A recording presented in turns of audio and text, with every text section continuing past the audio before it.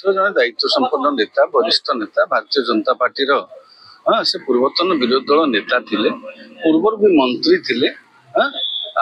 से आज भी जन वरिष्ठ विधायक जड़े वरिष्ठ विधायक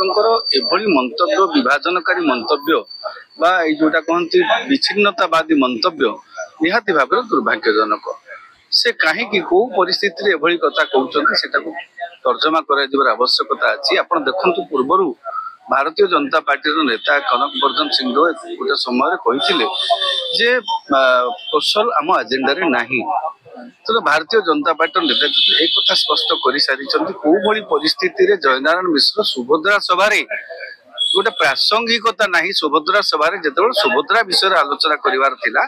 से समय यही प्रसंगटी उठेबा जड़े कैबिनेट मंत्री उपस्थित करवा कैबिनेट मंत्री भी कौन स्पष्टीकरण न देवा निहाती भाव दुर्भाग्यजनक परिस्थिति सृष्टि करुचे।